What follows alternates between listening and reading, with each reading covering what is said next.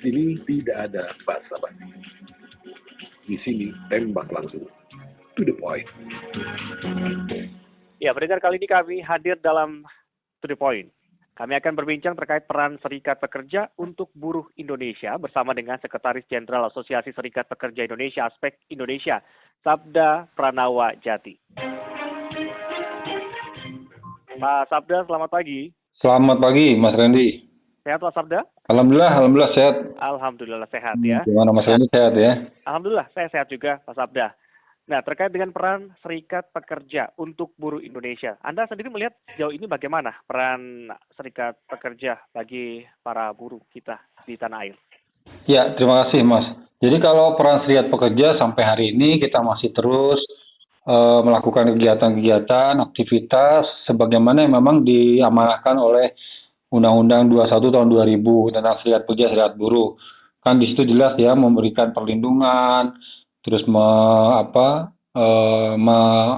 menjadi kuasa hukum dari para pekerja, memberikan edukasi, mewujudkan kesejahteraan tidak saja buat pekerja tapi juga buat keluarganya. Kan itu amanah Undang-Undang 21 tahun 2000 seperti itu. Jadi itu yang masih akan terus kita lakukan. Yang kedua terkait dengan isu nasional, Omnibus Law jelas merugikan buruh Indonesia dan sampai saat ini kami masih melakukan GR di Mahkamah Konstitusi dan dalam setiap proses sidang kami terus juga melakukan aksi-aksi baik secara virtual maupun secara offline, secara terbatas ya di pabrik-pabrik. Kemudian ke bawah, ke anggota di bawah kan saat ini banyak sekali terjadi PHK Mas. PHK, upah tidak dibayar, kemudian upah dibayar separuh, dirumahkan, kontrak tidak diperpanjang, itu banyak sekali terjadi. Sehingga kami juga masih terus mengadvokasi teman-teman di lapangan, di bawah, di tingkat perusahaan, untuk bisa mendapatkan hak-haknya sesuai dengan yang diatur oleh undang-undang. Gitu, Mas. Ya, jadi turut menjembatani tentunya ya, apa saja yang menjadi aspirasi dari para buruh kita, begitu ya? Betul. Nah, lebih lanjut lagi, kalau Anda melihat di tengah pandemi COVID-19 ini, kondisi buruh kita seperti apa? Kondisi buruh kita sangat memprihatinkan. Karena tadi ya, ada dua badai lah ya. Satu badai Omnibus Law yang kemudian begitu memudahkan para pengusaha itu untuk melakukan PHK secara sepihak. Karena kalau dulu kan di Undang-Undang 13 itu, PHK hanya bisa dilakukan setelah adanya putusan pengadilan. Apabila PHK dilakukan tanpa putusan pengadilan, maka itu batal demi hukum. Nah, di Undang-Undang Cipta Kerja itu udah nggak ada lagi. Jadi cukup dengan pemberitahuan secara tertulis dari pengusaha, maka Anda sudah di PHK. Kalau Anda tidak mau di PHK, maka Anda silakan ke pengadilan. Tapi proses PHK-nya sudah langsung di PHK duluan. Nah, itu banyak sekali terjadi. Satu, badai Omnibus Law.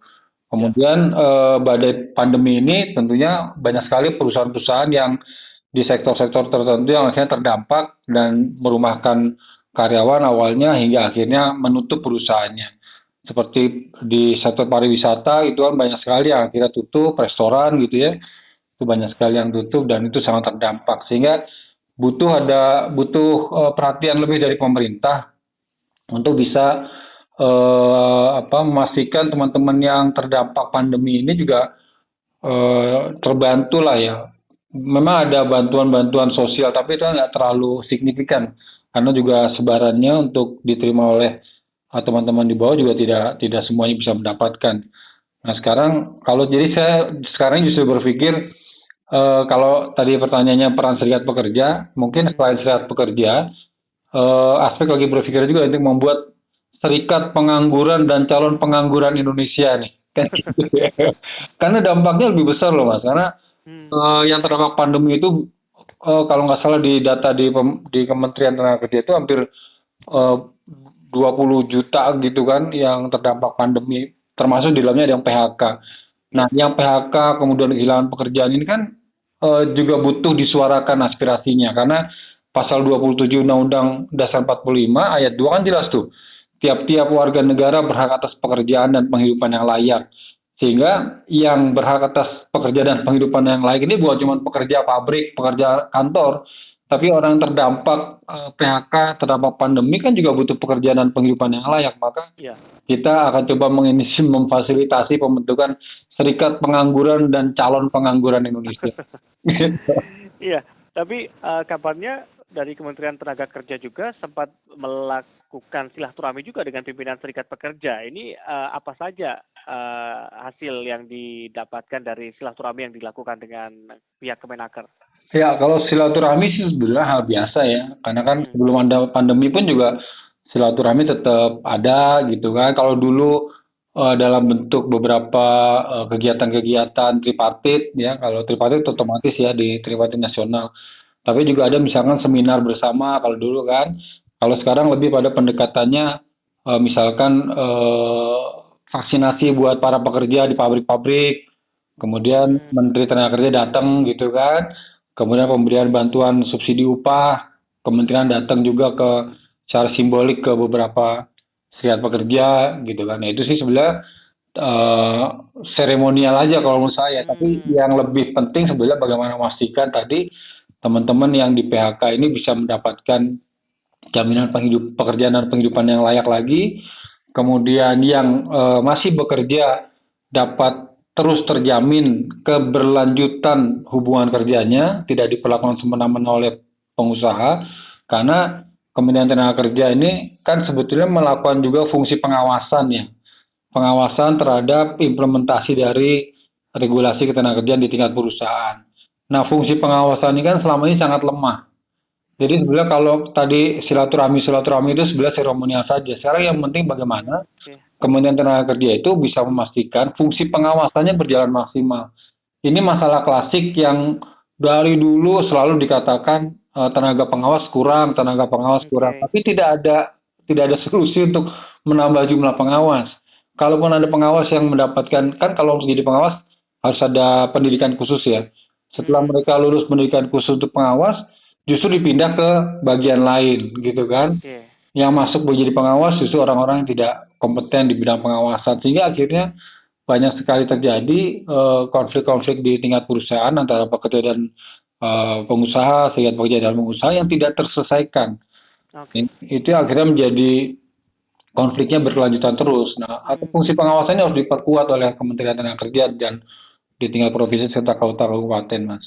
Jadi terkait dengan fungsi pengawasan ini juga yang menjadi catatan besar ya dari para buruh kita tentunya. Nah, dengan pertemuan-pertemuan juga yang sering dilakukan dengan pihak Kemenaker sendiri, tapi sudah disampaikan juga tentang bagaimana para buruh yang jaminan para buruh yang terdampak PHK begitu dan lain sebagainya mengalami kesulitan di tengah pandemi ini.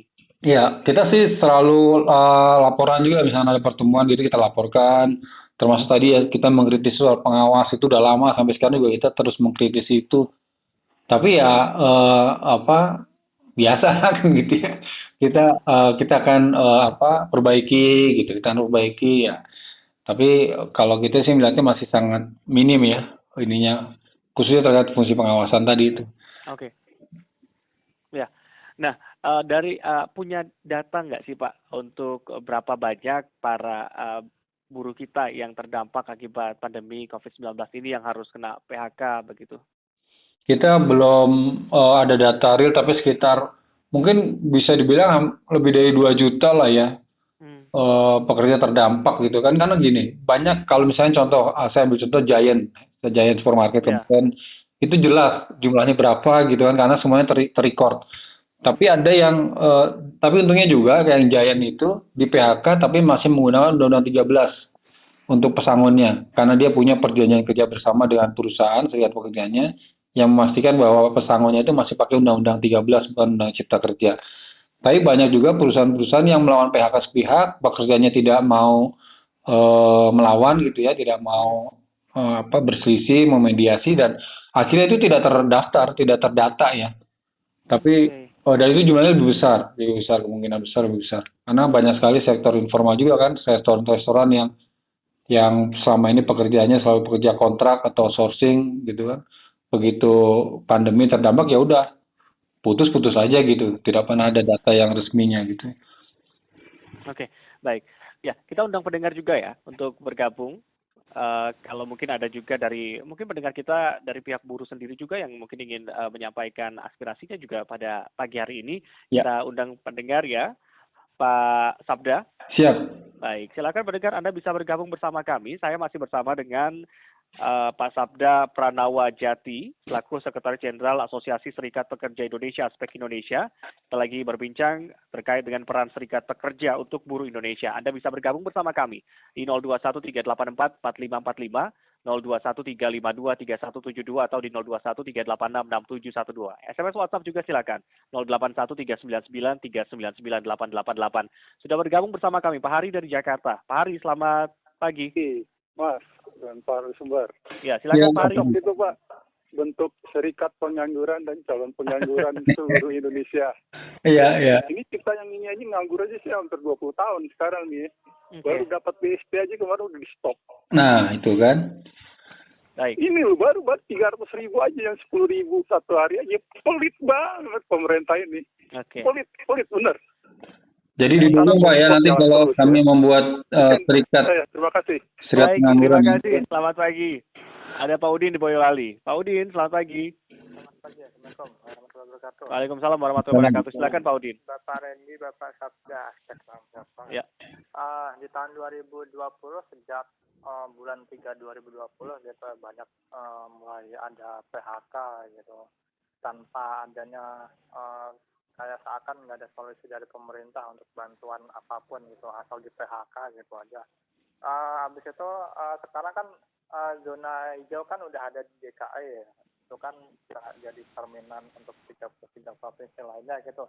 Apakah sebentar lagi atau dalam waktu yang sesingkat-singkatnya akan para pekerja atau buruh Indonesia itu akan mendapatkan pekerjaannya kembali dengan sendirinya? Demikian saya maksud. Assalamualaikum warahmatullahi wabarakatuh. Terima kasih kembali. Kita tampung dulu Pak Udin sebelum ditanggapi ya. Pak Sabda, kita ke Pak Broto terlebih dahulu di Tanjung Pinang. Pak Broto, selamat pagi. Selamat pagi. Ya, Pak di Broto. Tanjung Pinang. Iya, silakan Pak Broto. Terima kasih. Gini, sebenarnya pendataan kita mengenai tentang tenaga kerja ini kan kurang begitu baik. Sehingga apabila terjadi suatu Sayang sekali terputus ya. Silakan Pak Broto dicoba kembali. Anda yang lainnya juga masih terbuka kesempatan untuk bergabung bersama kami di line telepon 0213523172, 0213844545, 0213866712. Sambil menunggu penelpon selanjutnya, Pak Sabda, bagaimana tanggapannya atau apa yang disampaikan oleh para penelpon tadi? Pertama saya terima kasih atas dukungan yang pertama kali dari Pak. Yang pertama tadi siapa Pak? Jadi yang Pak Hari ya, yang mendukung pembentukan serikat pengangguran dan calon pengangguran Indonesia. Karena memang dampak pandemi dan juga Omnibus Law ini tadi banyak sekali PHK dan kenapa saya sebut calon pengangguran, banyak sekali sekarang perusahaan-perusahaan yang sedang bersiap-siap melakukan PHK. Secara sepihak itu banyak gitu kan, dan ini sudah kita endus lah ya di lapangan. Banyak sekali perusahaan-perusahaan yang mau langsung karena tadi begitu mudahnya Undang Cipta Kerja membuat pengusaha untuk bisa melakukan PHK hanya dengan pemberitahuan secara tertulis. Nanti setelah di PHK, kemudian mereka akan direkrut lagi sebagai pekerja kontrak. Okay. Nah, itu modus tuh. Dan sudah terjadi di beberapa perusahaan retail ya, yang saya tidak perlu sebut ininya perusahaannya. Tapi modusnya seperti itu. Jadi mereka akan melakukan PHK sepihak karena sekarang pesangonnya lebih murah. Bahkan hanya dengan efisiensi saja dia bisa, kalau dulu kan efisiensi harus berdasarkan laporan keuangan yang diaudit. Kalau sekarang udah nggak perlu lagi. Dia hanya bilang, saya mau melakukan efisiensi, saya putus hubungan kerjanya. Berhenti itu. Artinya serikat pengangguran dan calon pengangguran ini sangat berpotensi menjadi besar dan tuntutannya cuma satu sebetulnya, meminta pemerintah melaksanakan amanat Undang-Undang Dasar 45 Pasal 27 Ayat 2 untuk menjamin pekerjaan dan penghidupan yang layak bagi setiap warga negara Indonesia. Iya. Gitu. Kalau yang kedua tadi data ya, soal data ya. Iya, tadi Pak Broto begitu terkait data juga yang bermasalah begitu ya, pendataan yang kurang baik juga disinggung tadi oleh Pak Broto. Gimana tuh? Ya memang seperti itu juga. Memang seperti itu karena banyak sekali kan perusahaan-perusahaan yang belum punya serikat pekerja. Kemudian banyak juga perusahaan-perusahaan yang melakukan PHK sepihak tanpa pernah melaporkan mendata ke suku dinas setempat. Kementerian juga tidak punya data yang valid juga saya pikir terkait dengan berapa jumlah yang ter-PHK kan gitu. Memang kesulitan kita di masalah pendataan itu. Oke, Nah, tadi sempat disinggung juga perusahaan-perusahaan yang belum punya serikat pekerjanya. Bagaimana kemudian juga untuk turun langsung ke perusahaan-perusahaan, ke para buruh untuk ayo sama-sama dibentuk serikat pekerjanya untuk bisa sama-sama menyampaikan aspirasi begitu, bersama untuk menyampaikan aspirasinya. Gimana tuh, Pak? Ya, kita selalu mensosialisasikan baik lewat berbagai media ya, mau lewat training, lewat seminar gitu kan, juga advokasi langsung ke perusahaan, ke pekerja-pekerja untuk mereka membentuk serikat pekerja di tingkat perusahaan. Karena sebenarnya sangat gampang untuk membentuk serikat pekerja di tingkat perusahaan. Itu kan cukup dengan 10 orang, dia sudah bisa mendirikan serikat pekerja di tingkat perusahaan. Cukup 10 orang. Ada pengurusnya, misalkan ketua, sekretaris, bendahara, dan lainnya anggota. Kemudian berita acara rapat pendirian serikat pekerja, punya ADRT, kemudian menyampaikan surat permohonan pencatatan ke suku dinas tenaga kerja setempat. Udah jadi tuh serikat pekerjanya. Nah, tinggal yang jadi masalah adalah keberanian dari para pekerja. Masih banyak sekali pekerja yang takut untuk berserikat karena takut kehilangan pekerjaan, takut di PHK, takut macam-macam lah ya. Yang kedua juga karena tidak paham tentang aturan bahwa dalam Undang-Undang 21 tahun 2000 itu apabila ada siapapun dihalang-halangi untuk siapapun dilarang untuk menghalang-halangi pendirian serikat pekerja. Kalau ada orang yang menghalang-halangi pekerjaannya yang ingin mendirikan serikat pekerja, itu masuk kategori tindak pidana kejahatan gitu. Dan itu banyak sekali pekerja yang belum paham tentang aturan itu, bahwa mereka punya hak konstitusional yang dijamin oleh undang-undang dan dilindungi oleh undang-undang untuk berserikat. Mereka masih banyak yang ketika manajemennya bilang di sini nggak boleh ada serikat, mereka langsung diam, langsung takut karena mereka tidak paham aturan itu. Ya. Nah, ini terus kita sosialisasikan.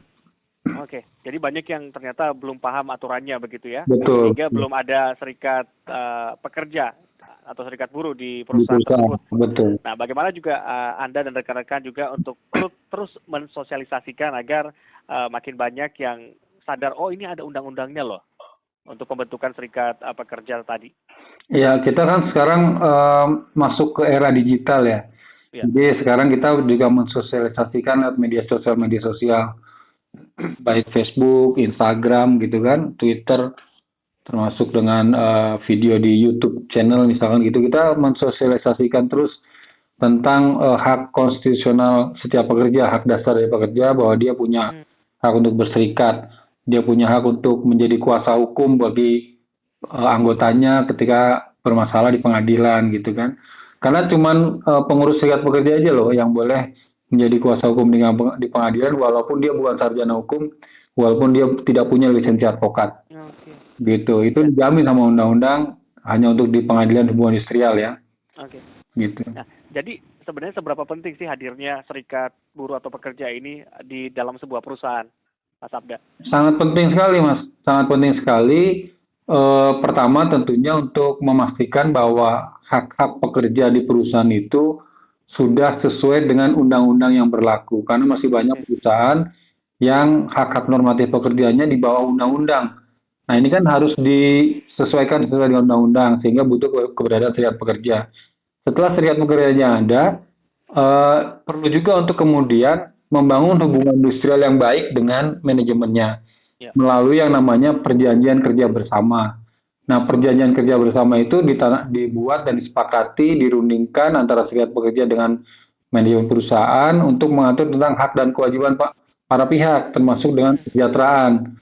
Nah, kalau sudah ada PKB, perjanjian kerja bersama tadi, maka setiap ada perselisihan, rujukannya menjadi jelas bahwa sudah ada kesepakatan dalam bentuk PKB tadi. Kalau ada masalah ini, penyelesaian seperti ini. Kalau ada masalah ini, penyelesaian seperti ini. Tadi yang saya ambil contoh Giant itu, dia akhirnya bisa dapat pesangon sesuai Undang-Undang 13, bukan Undang Cipta Kerja, karena sudah ada PKB yang sudah berlaku selama 12 tahun di Giant Hero itu.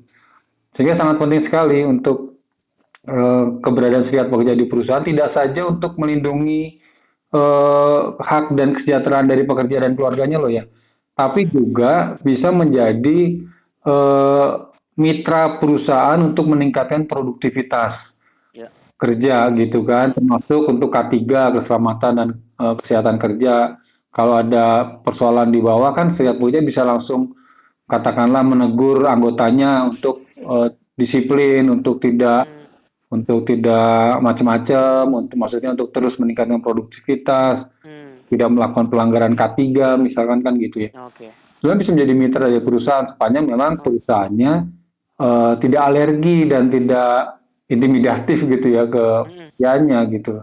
Oke. Jadi Penting sekali. ini tidak hanya menguntungkan bagi pihak para buruh sendiri, Betul, tapi juga betul. bagi perusahaan itu juga, begitu ya? Betul. Oke, baik. Ya, pendengar, Anda kami ingatkan kembali untuk yang ingin berpartisipasi bersama kami masih buka line telepon ya 0213523172, 0213844545 atau di 0213866712. Sudah ada Pak Siantoro dari Bantul. Pak Siantoro, selamat pagi.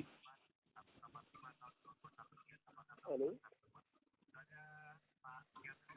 Ya, silakan. Selamat pagi, Pak. Pagi. Ya, Pak Siantoro, Selamat pagi, silakan. Bro Tiga. Ya. Ini saya hanya memberitahu ya, pengusaha itu ada yang nakal. Saya Betul. bekerja 8 tahun, kecelakaan sampai sekarang tidak ada pesangon, tidak ada diurus tindak sampai sekarang nih. Saya belum bisa jalan ini. Oke. Tahun 2001 saya kecelakaan itu. Langsung di PHK ya, Pak? Baik, itu saja Pak Siantoro. Pak Siantoro. Ya, baik. Terima kasih Pak Siantoro. Selamat pagi. Ya. Iya, jadi Pak Siantoro ini katanya korban kecelakaan begitu ya. Kemudian di PHK dan tidak diberikan pesangon. Nah, yang seperti ini memang sering ditemukan juga, Pak Sabda. Iya, banyak. Jadi memang banyak sekali pengusaha-pengusaha nakal gitu ya yang tidak mau bertanggung jawab apabila pekerjanya terkena masalah lah ya.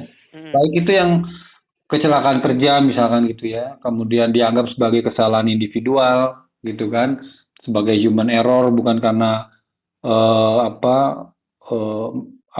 yang tidak kemudian tidak perlu dibantu gitu, itu banyak.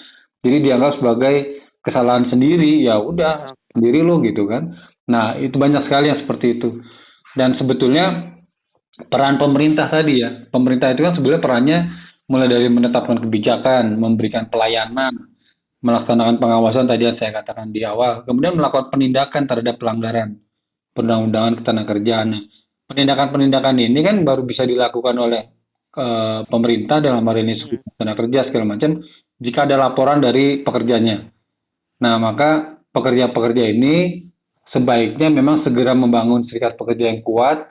Kemudian ketika ada masalah di perusahaannya bisa secara kolektif memperjuangkan hak-hak yang dizolimi tadi, katakan seperti itu ya, melalui jalur-jalur yang prosedural, misalkan ke suku dinas dengan mediasi, permohonan mediasi gitu. Jadi supaya pemerintah bisa melakukan penindakan terhadap pelanggaran-pelanggaran ketenagakerjaan yang terjadi di lapangan.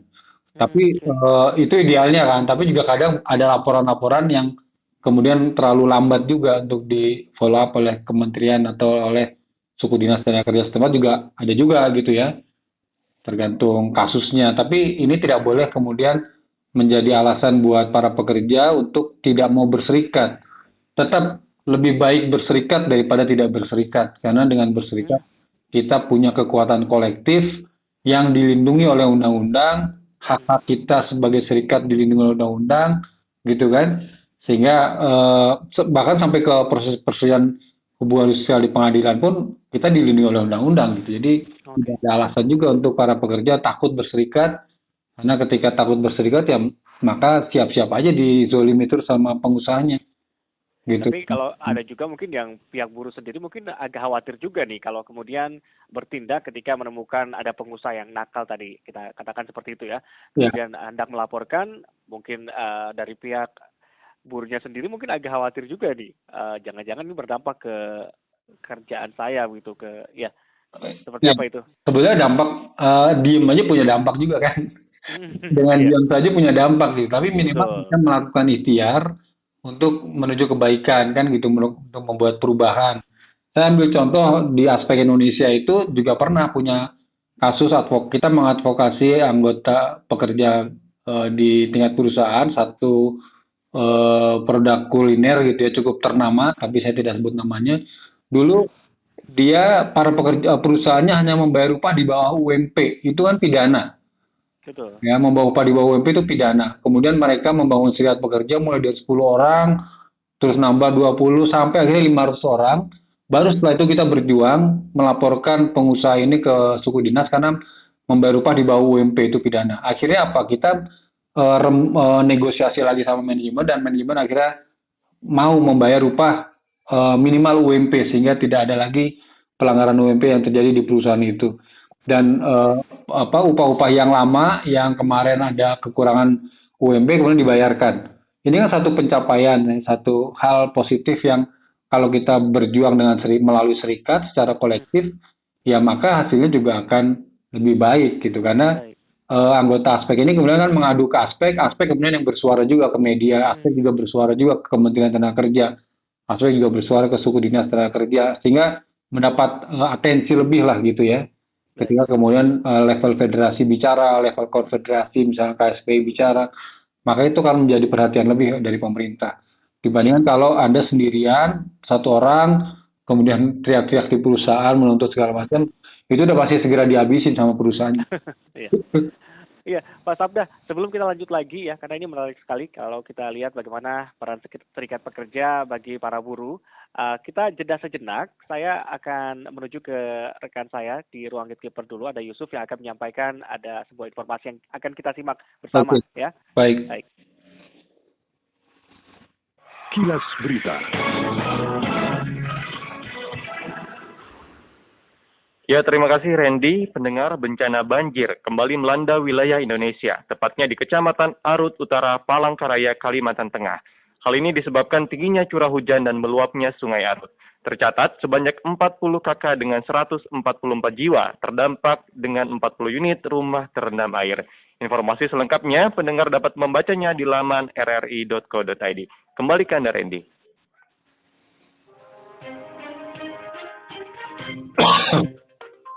Iya, Pak Sabda masih bersama kami ya. Siap. Iya, dengar kami masih bersama dengan Pak Sabda Pranawajati selaku Sekretaris Jenderal Asosiasi Serikat Pekerja Indonesia Aspek Indonesia terkait dengan peran serikat pekerja untuk buruh Indonesia. Sudah bergabung kembali bersama kami Pak Broto tadi yang sempat terputus ya dari Tanjung Pinang. Pak Broto, selamat pagi.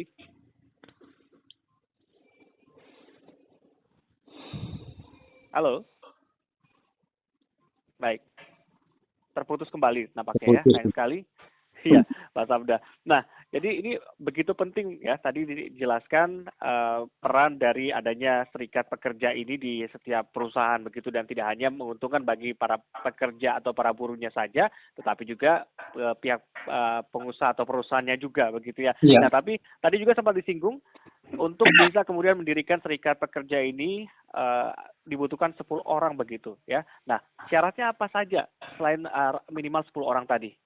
Ya, minimal 10 orang di tingkat perusahaan ya, misalnya satu perusahaan A ada 10 orang, kemudian mereka membuat berita acara, dokumen berita acara pendirian serikat pekerja, kemudian melampirkan susunan nama pengurus, sederhana aja, ketua, sekretaris bendahara, sisanya anggota yang misalkan 10 orang tadi ya, yang 3 jadi pengurus inti, kemudian yang 7-nya jadi anggota. Kemudian membuat anggaran dasar anggaran rumah tangga, setelah itu mengajukan permohonan pencatatan ke suku dinas tenaga kerja setempat. Udah, clear tuh. Langsung kemudian tinggal menunggu suku dinas tenaga kerja setempat mengeluarkan nomor bukti pencatatan. Karena apabila semua dokumennya sudah lengkap, suku dinas tenaga kerja setempat itu wajib menerbitkan nomor bukti pencatatan. Gitu. Atau menangguhkan dalam konteks misalkan ada dokumen yang belum diserahkan segala macam ya. Jadi sangat mudah untuk mendirikan serikat pekerja itu di perusahaan. Oke, tapi biasanya butuh waktu berapa lama tuh Pak untuk pembentukan serikat pekerja ini? Ya sebetulnya kalau dari pekerjanya sudah siap 10 orang, kemudian sih itu sehari juga jadi dokumen-dokumennya ya, tinggal disampaikan ke dibuat surat permohonan pencatatan ke suku dinas tenaga setempat dalam waktu 21 hari itu. Dari surat permohonan yang diajukan, maka suku dinas harus mengeluarkan nomor bukti pencatatan. Tapi yang berat itu kan sebetulnya mencari 10 orang. Oke, iya. Mencari 10 10 orang orang ya. gitu, memulai 10 orang, siapa yang berani untuk kemudian berinisiatif untuk mendirikan serikat pekerja dari 1, 2, 3 sampai 10, kalau bisa nambah lagi terus sampai 20 sampai 100 kan gitu. Iya. Nah, itu yang beratnya tuh di situ sebenarnya.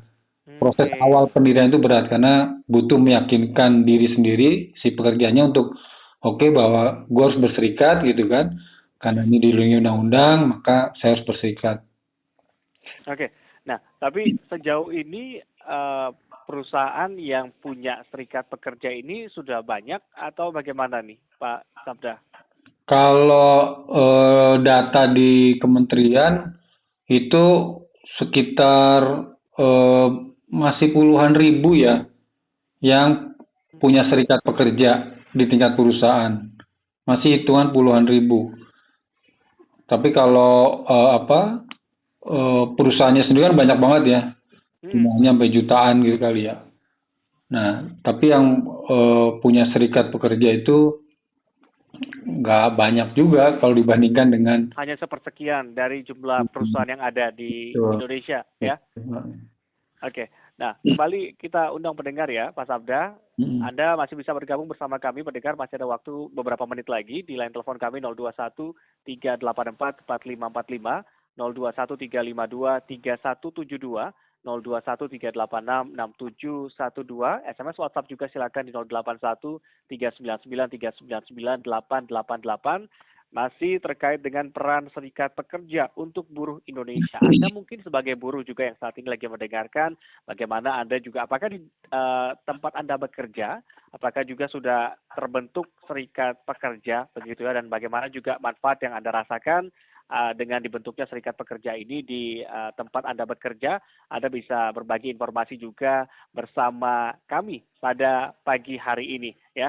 Ya, dan Pak Sabda, untuk tadi kan disampaikan ya, kalau untuk sosialisasi juga untuk lebih membangun atau menambah edukasi kepada para buruh ini terkait bagaimana pentingnya serikat pekerja hadir di sebuah perusahaan, kemudian apa saja syarat-syaratnya, seberapa penting ini terus dilakukan hingga hari ini ya tentunya, Pak Sabda. Iya.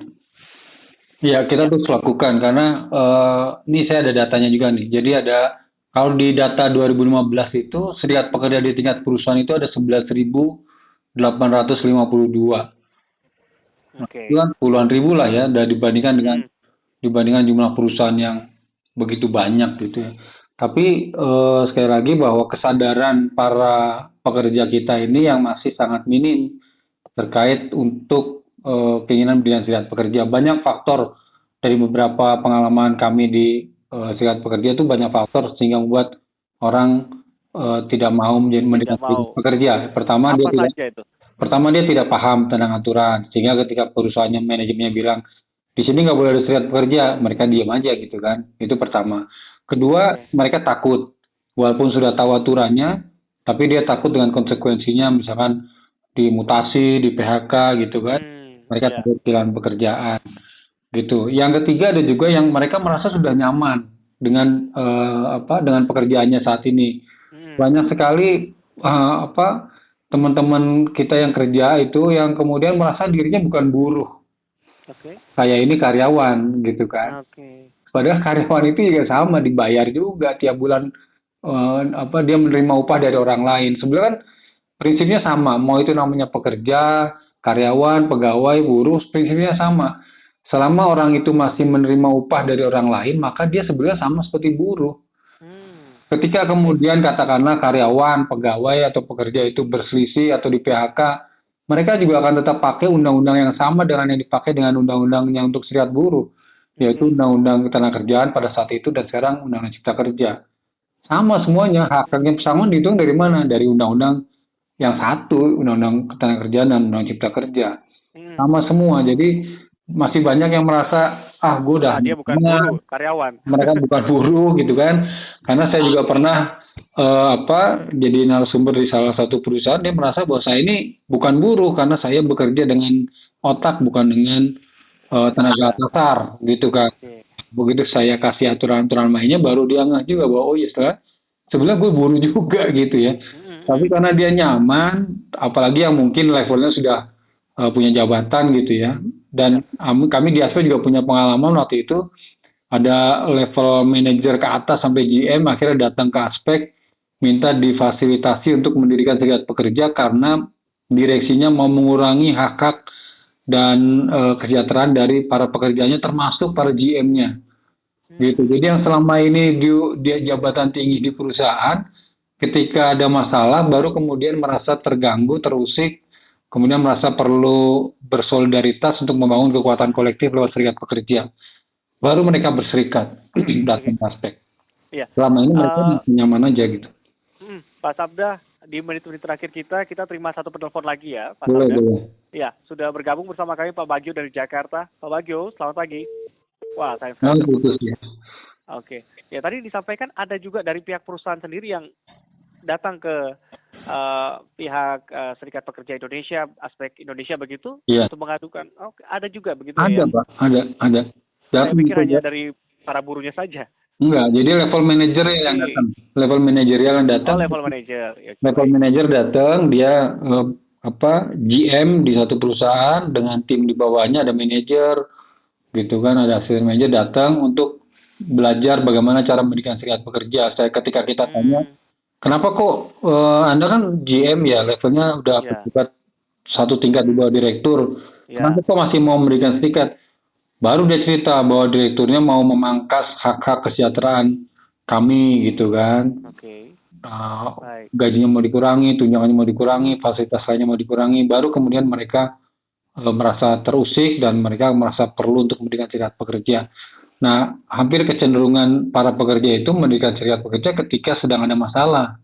Ketika dipepet masalah baru kemudian mereka mendirikan serikat pekerja. Jadi serikat pekerja dianggap seperti pemadam kebakaran gitu kan, yang pada saat emergency begitu. Emergency baru dipanggil gitu kan, itu kemudian memadamkan api. Padahal harusnya sebelum ada kebakaran itu udah ada serikat pekerjanya. Harusnya ada antisipasinya.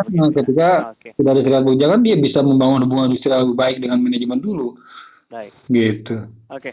Pak Sabda, sayang sekali waktu kita terbatas ya. Baik. Dan semoga semakin banyak juga para buruh untuk sadar dan teredukasi begitu pagi hari ini terkait begitu pentingnya begitu ya, peran serikat pekerja untuk para buruh Indonesia. Terima kasih Pak Sabda untuk waktunya bersama kami. Mohon dukungannya juga untuk serikat pengangguran dan calon pengangguran Indonesia. Baik. Terima kasih. Sama-sama. Ya. Demikian pendengar Sabda Pranawa Jati, Sekretaris Jenderal Asosiasi Serikat Pekerja Indonesia ASPEK Indonesia, terkait dengan peran serikat pekerja untuk buruh Indonesia. Di sini tidak ada basa-basi. Di sini tembak langsung.